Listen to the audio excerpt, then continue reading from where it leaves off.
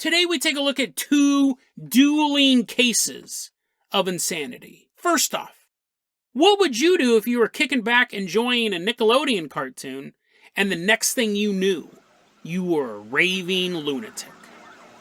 And then we take a look at another form of insanity. One that led a man to build a nation. Today on Dead Rabbit Radio.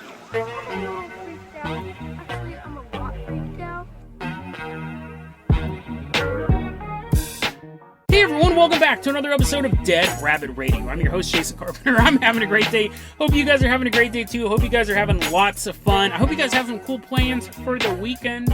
Let's go ahead and get this episode started. We got a ton of stuff to cover. So first off, coming into Dead Rabbit Command, dressed up like royalty. Everyone bow to your boy Roma. Everyone give a round of applause to your boy Roma. And he's walking in dressed up as Burger King, the Burger King guy, right? He's walking in, he's like, what, I didn't agree to this? Yes, you did. Whenever you join the Patreon, you may be used in an ad for Burger King. So your boy Ryoma is walking in, he's like, dude, could you at least pronounce my name right? You're making me dress up like Burger King. I'm a vegetarian. I don't know if he's a vegetarian. But anyways, you're dressed up as the Burger King, and you're going to be our captain, our pilot this episode. Whether we're flying to Burger King to get a Whopper Jr., or a BK Broiler, I know your boy Ryoma. It gets worse every single time we pronounce it. I know your boy will take us there. Maybe you want a milkshake. Do they have milkshakes at Burger King? I'm sure they do, and I'm sure they're delicious. So your boy Ryoma, go ahead and I kind of got lost here. I'm so busy thinking about how great Burger King is. But, this is what I was supposed to say. If you guys can't support the Patreon, that's fine too. Just please go to your local Burger King and buy yourself a meal. It's delicious. They got the fries. They got sodas. They got sodas, right? Drink a soda. Drink a Burger King drink today. That is another way you can help support Dead Rabbit Radio. Your boy, Ryoma, I'm going to go ahead and toss you the keys to our new vehicle. It's the BK Broiler Bicycle. The wheels are just big chunks of meat. Or I don't know, the broiler might be a chicken. I don't know, the seat's made out of a chicken patty. It's super hot to sit on, but get on board. It's freshly grilled. It's a charred broiled chicken patty in the shape of a seat. We're like, you're like, Jason, is this bit going anywhere? Just get on the bicycle, guys. Just get on the BK Broiler Bicycle. Your boy Ryoma is taking us out from Dead Rabbit Command. It's festooned with Burger King stuff everywhere. We are headed all the way out to some dude's living room. That's the noise the BK Broiler Bicycle makes. We need to oil the wheels of this BK Broiler Bicycle. But your boy gets us there. We're at some dude's house. Now, I found this online. It was written by Goblin Witch 95. We're going to call this dude Terry. It's 2014. We're at Terry's house, and he's kicking back, and he's watching The Fairly Odd Parents, that popular Nickelodeon show about the two flying people, Cosmo and Spandex, and then there's, like, Timmy is the kid, and they grant wishes. And this kind of just goes on and on and on for 8 or 9 or 13 seasons. This guy's watching The Fairly Odd Parents, and he's sitting there, and then all of a sudden, he's like, I had some Burger King to eat. I'm so hungry. But then he thinks, wait a second. Before Jason launches into another ad for Burger King, gotta have it your way. He's sitting there, he's watching The Fairly Odd Parents, and he goes, wait a second. I've seen this episode before. Now, not in the sense of a repeat, but I'm having deja vu right now. Like, I remember sitting on the couch right now watching this episode. His sister's sitting there too, and he's like, oh my God. I remember, like, sitting next to my sister. I remember watching the show. Now, deja vu is one of those things, it's super unsettling when it happens. I get it occasionally, and it's just a weird feeling because it honestly feels like you've relived that exact same moment again. Even the air pressure feels the same. Stuff that you couldn't even replicate feels the same. And a lot of people say it's just basically your brain is like hitting a bump, and it's like a little record scratch. You're not actually reliving the events. Your brain's just making you think you live the events. And this is what Terry's going through right now. He's like, I remember this. I remember I did all of this stuff anyways. But the feeling doesn't go away. each passing minute, it gets stronger and stronger, and the jokes keep coming on that show, and he's like, I already remember Cosmo's going to say this, and then that other girl's going to do this, and he can't get a grip. The deja vu will not go away, and Terry realizes this is what it's like to lose your mind. And you go, Jason, whoa, you're telling me that this kid just had a little bit of deja vu. He thinks he's going insane. He feels like he's trapped in a mental loop. This has happened before. His brain is going haywire, and he gets up and he starts panicking. He starts pacing around the living room, and he feels like this is it. I've lost my mind. And then a thought pops in his head, cutting through all the noise and the panic. Quote, I would rather be dead than get put into a psych ward. He starts having visions of himself killing himself. He starts to have visions of killing himself. He said, I remember in that moment I was so panicked that I was insane. He goes, I remember I won't go to a hospital. And when they take me out of the house, when they try to transport me to the psych ward, I'm going to find the tallest building in the area, and I'm going to run up. I can see myself running up the stairs. The pursuers quick behind me. And when I know I'm far enough up, I'm going to jump out a window, kill myself. He said that he felt like his brain was creating a backup plan. Better dead than crazy. His body had almost issued a self-destruct initiative.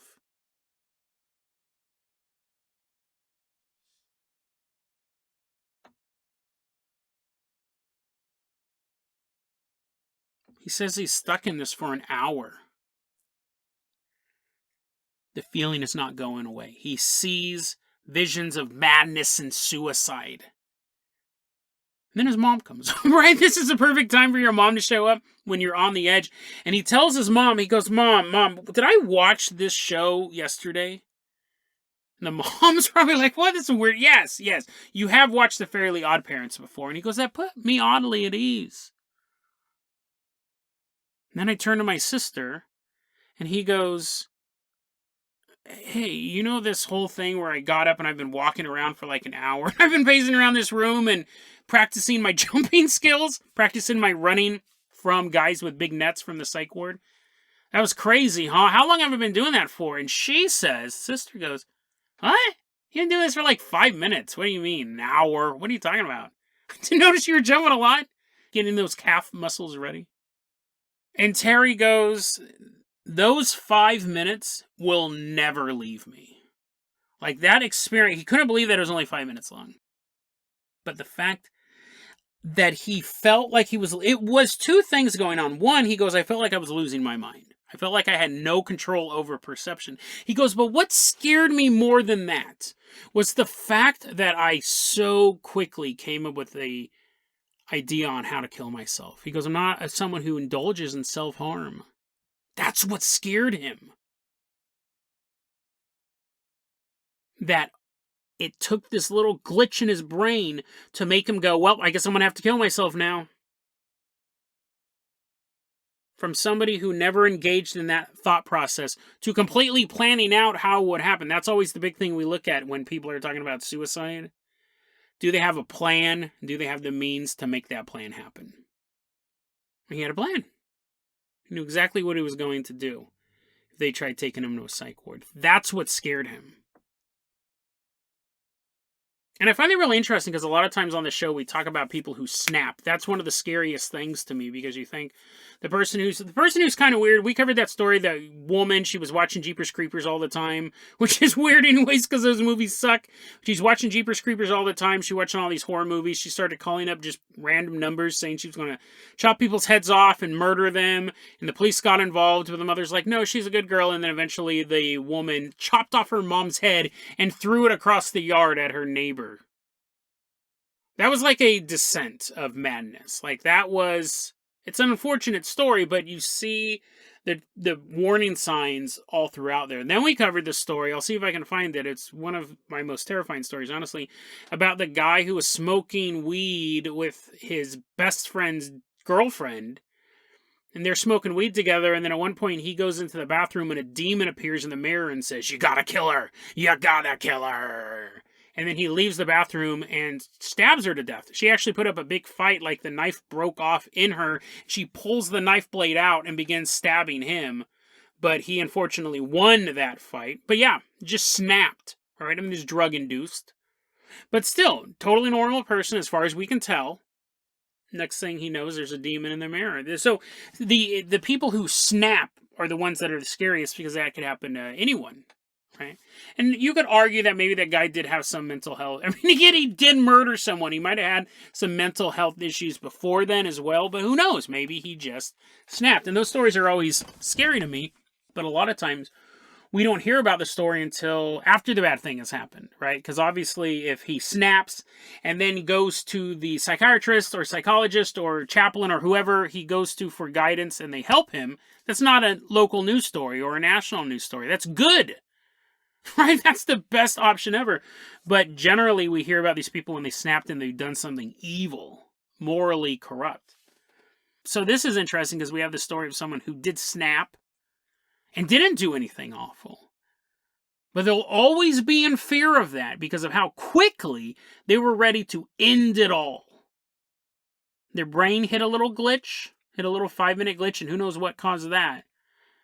But in that 5-minute time period, they thought about killing themselves, seriously killing themselves. That's a creepy story. But you know what's not creepy? And you gotta wonder, if it happened to this dude, could it happen to us? And if it does, would we have the same reaction? And what if this didn't just last 5 minutes? What if it did last an hour? Or 2 hours? Or 8 hours? We may never hear the story. It may just be a tragic local story about a young man jumped out of a building. Yeah, boy, let's go ahead and toss you the keys of the Carpenter Copter. We're leaving behind this dude. Hope everything is okay for you. We are headed all the way out to a local Burger King. You're like, damn it, Jason. And the reason why we're at this Burger King is not because they're the sponsor of this episode. Because they're not legally, I can't say they are. But the reason why we're sitting in this Burger King is because I want to show you guys something. Follow me. Like, damn it, Jason, what type of weirdness is going to happen now? Follow me into this tunnel, right? It's a mysterious tunnel I've dug underneath Burger King. We go into this secret tunnel, we do a secret handshake, and then I pull out the BK Crown card. And you go, what, man? That's just some gift card. Anyone can buy those. And I go, no, take a closer look at it. And you realize this is the Big King Crown card. The Big King Crown card, there's only 12 of them in existence. And what this card guarantees is unlimited Burger King for the rest of your life. George Lucas has one. George Lucas has a BK Crown card, and here's why. Back in 1977, he said, you know what, I have this sci-fi movie called Star Wars, and I think it's going to be a big hit. And I am going to partner with Burger King. Like, this is before merchandising was really even a thing for our movies. I'm going to partner with Burger King. We're going to offer Star Wars glasses at Burger King for this dope movie that I'm making.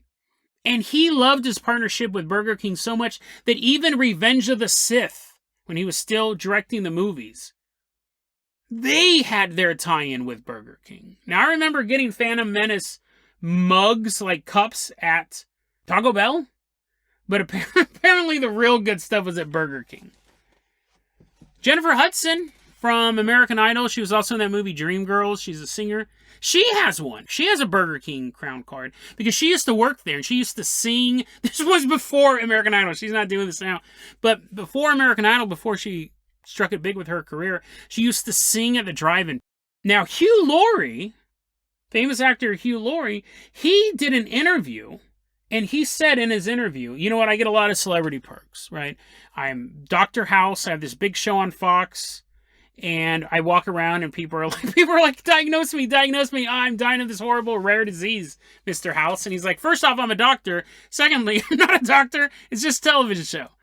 But he goes, my favorite celebrity perk, the number one celebrity perk, is the Burger King Crown Card. I love it so much that I think it might be the best thing about being a celebrity.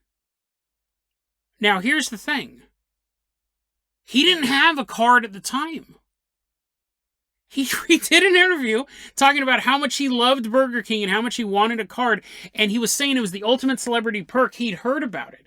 And he knew there was only 11 of these in existence at the time. So he put it out there that it was the biggest thing. So Burger King gave him a Burger King Crown Card. Now you go, Jason, wait a second.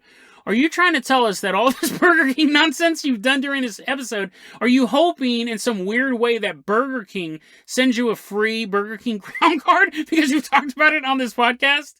I will not confirm or deny that I'm using this show to get freebies. However, if Burger King would like to repay my promotion on this podcast, number one science podcast in El Salvador, Burger King, if they'd like to repay me by giving me a Burger King Crown Card, they can do it. I'm not going to turn it with some coupons. Send me some coupons to my P.O. box. But the reason why I wanted to talk about Burger King wasn't just so I could get some free Burger King. And I swear, if Burger King sends me free stuff, this podcast will become nothing but me talking about how great Nordstrom's is and how I love shoes from Nike. But until that happens, I will not be a complete sellout. The reason why I wanted to talk about this and talk about insanity, and I love this story, this is so interesting. The other person who has one of these Burger King Crown Cards is Robert Downey Jr. The reason why I'm talking about this is Robert Downey Jr. owes his life to Burger King. And he's talked about this.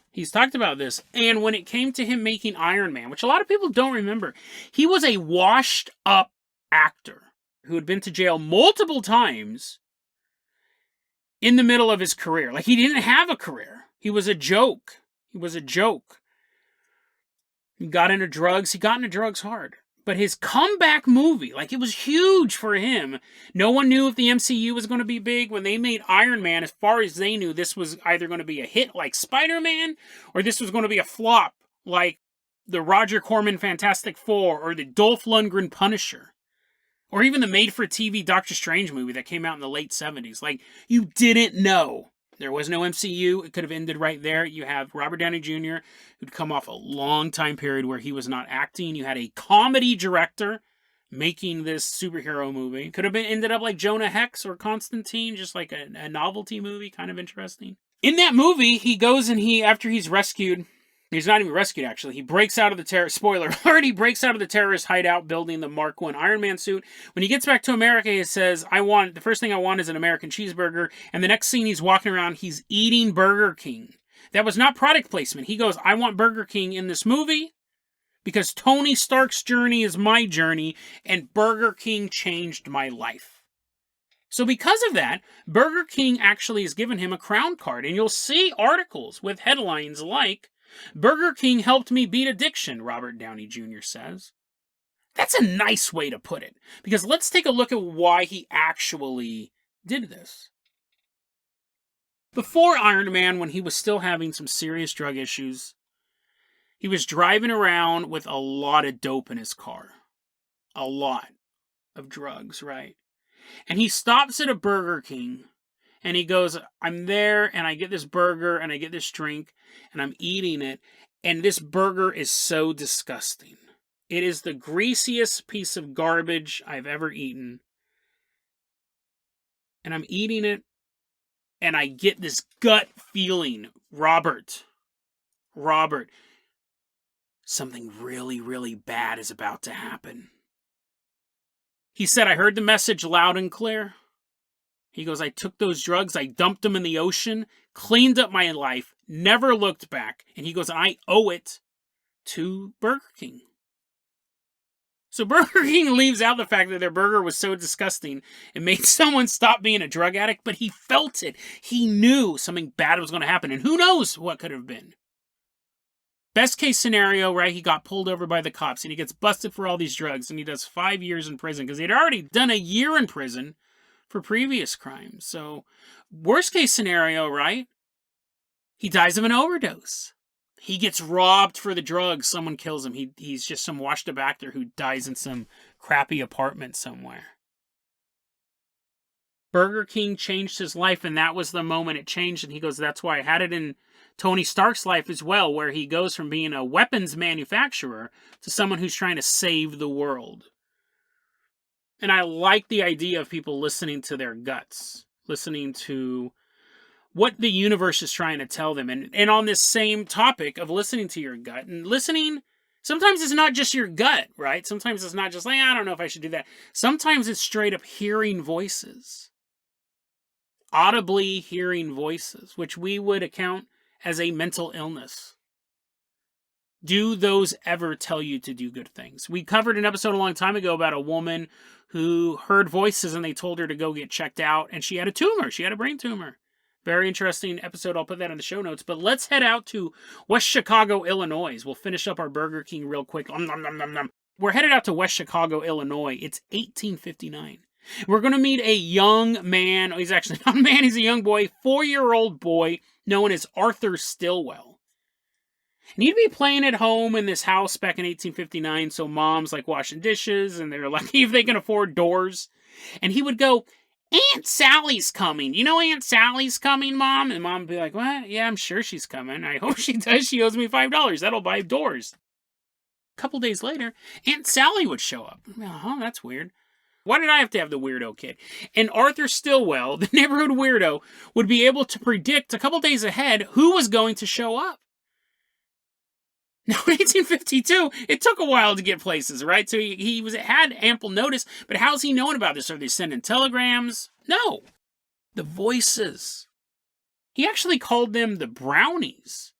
He named this collection of voices. He goes, I don't know their individual names. I don't even know how many there are, but there's a bunch of voices that I hear. And they said the reason why they talk to me is because it's easy for them to talk to me. He goes, they try talking to other people, and other people don't hear them. But I hear them. I hear these voices.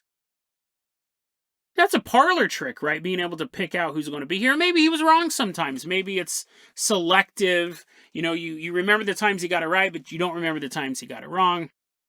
We do that all the time. Every time I look at a clock, it's 11:11. No, you look at clocks all day long. You just remember that you see 11:11 over and over again. So at age 14, when him and his mom are walking and Arthur points at a girl and goes, I'm going to marry that girl in 5 years. The mom goes, she's had enough of this guy's weirdness. She's never met this girl before. They don't know who this girl is, but there he is. I'm going to marry that girl in 5 years. Her son's a weirdo, but she knows that that's probably going to happen. Sure enough, 5 years later, he marries Genevieve Wood. And he gets a good job at a local company, quickly promoted. Life is good for him. But the voices tell him, go west and build railroads. He doesn't want to. He has a good job. We talked about jobs on yesterday's episode, right?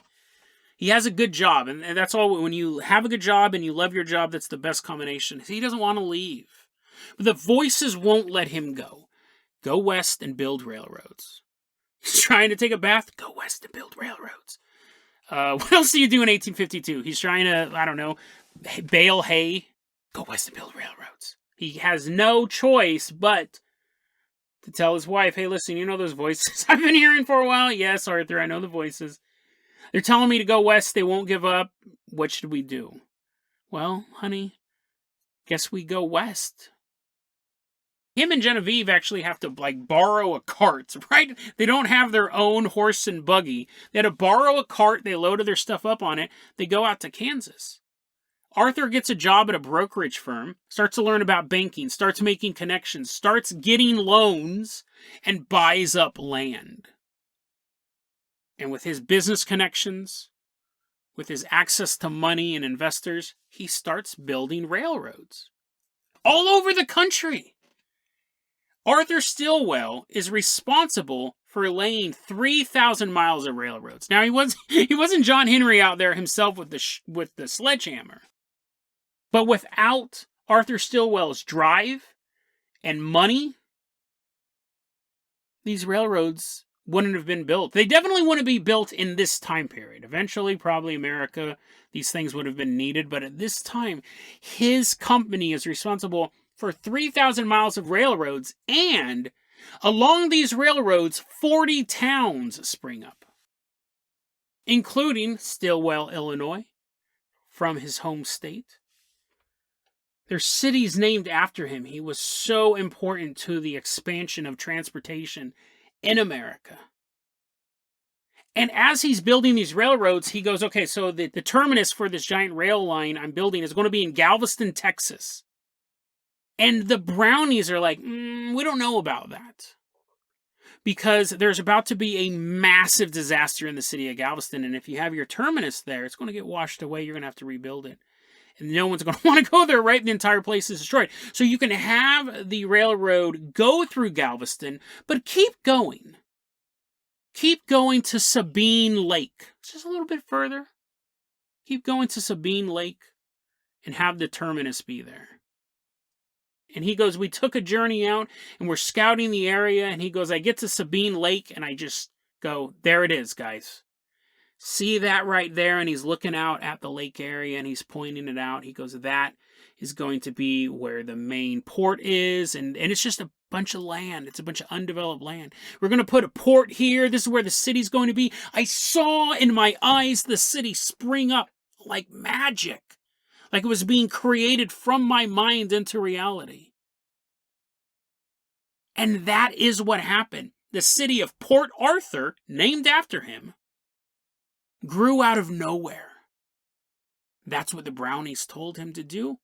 That's what he did. And Galveston was hit by one of the worst natural disasters in American history. Which I don't know why he didn't warn anybody. I guess at that point you would think he was insane. Now his family knew about the Brownies. His wife knew about the Brownies. I don't think his business investors knew about the Brownies. And the people of Galveston, Texas, are you going to believe him? Even though he's this astute businessman, he's laid all this railroad, would you believe him if he did warn you? He not only laid this railroad, he not only ran this business, he was also a poet, a songwriter, an author. He's publishing all this stuff and he's running this company and he's envisioning these cities springing up out of nowhere. 40 cities were founded by this guy. He has this great quote, though. Quote, the engineering plans that I've put in effect have all come from an engineer who has been long dead. I have transcribed scores of poems which have been dictated to me by poets. I have written the music of many songs which have been dictated to me by musicians. Unquote. The Brownies were funneling this beautiful art through him. Now, were they deceased people? Were they guardian angels? Not for the people of Galveston, Texas, but for him. What was this? What were these voices? And they seemed to be right. It's one thing to pull the parlor trick. I can guess who's coming to dinner. But it's another thing to allow a country to thrive on the advice of voices in your head. Something that would get you put in a psych ward if you admit it out loud. He built a nation. But for all of the Brownies' ability at writing poetry and laying track and seeing the future, not good with money. Not good with money, these Brownies, because he ended up running afoul of unscrupulous investors and he got ripped off. The company went into default, and when the end finally came for Arthur Stillwell on September 26, 1928, he suffered a stroke, which killed him. And he only had a net worth of $1,000. Now, that is $1,000 old-timey money. But that's still not a ton of money. His company was devoured by ruthless investors, taking back what they felt was owed to them. 13 days later, his wife so distraught over the loss of her husband. Here's a weird coincidence. I didn't really think about this when I put these stories together. She jumped out of their apartment, killing herself. An odd footnote to this story, an odd footnote to this already bizarre story, is that their ashes, Arthur and Genevieve's ashes, were going to be buried together in death like they were in life. Someone broke into the mortuary and stole their ashes. We've had a theme throughout the show on a couple episodes about, is it possible that is there a group out there that's trying to collect these items that may be cursed or blessed or have some sort of connection to the paranormal? We covered that story recently. I forgot to mention this, but I mentioned it briefly. There was the college that had a haunted stained glass window. And someone stole the window. Like, they removed it for safekeeping and then it disappeared. And I didn't get to mention it on that episode. I'll put it in the show notes, but I wanted to add, maybe that window has also ended up in someone's collection when you have these items that are truly haunted. Is it sitting in a dusty basement, just misplaced, mislabeled? Or are there people who collect these items, or government agencies that collect these items of paranormal importance? If the government's trying to reverse engineer a UFO, I don't think they would be like, haunted paintings, that's ridiculous, what are you talking about? No, you'd have an agency trying to collect that stuff as well. So where did that mirror go? Where did their ashes go? This man clearly heard voices from beyond. Wouldn't you want his ashes? Like Jason, no, I'm not a monster. But you would. It's something, right? It is something. If that's what you were in charge of, was collecting these items, that would be something to get. The remains of a bona fide psychic. Probably one of the most powerful psychics, most powerful channeler, however you want to put it, in American history. Sylvia Browne didn't set up 40 towns. Uri Geller has not laid one single track of railroads, right? This guy changed American life. The Brownies told him to do it. So from a man who almost committed suicide because he got stuck in a time loop for 5 minutes, to a man who spent his entire life building railroads because the voices in his head told him to. Insanity takes many forms. The question is, can the insane be beneficial to humanity? And that's really the story of Arthur Stillwell. And I would even say that's the story of Robert Downey Jr.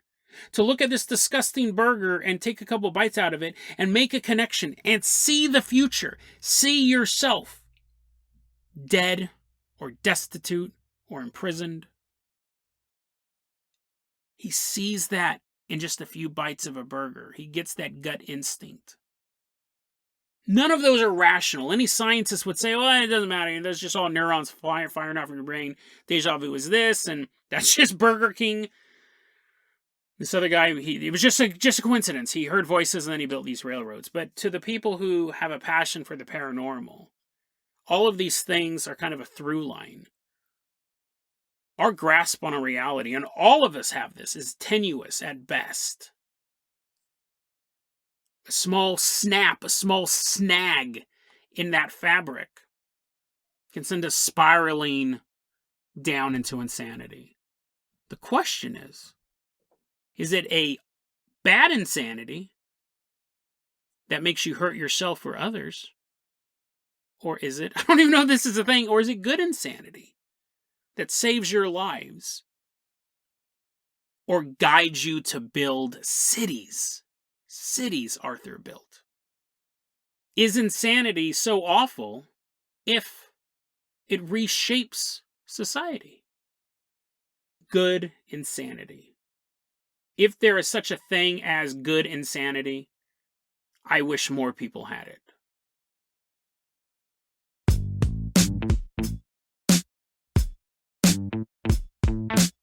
deadrabbitradio@gmail.com is going to be your email address. You can also hit us up at facebook.com/deadrabbitradio. TikTok is at Dead Rabbit Radio.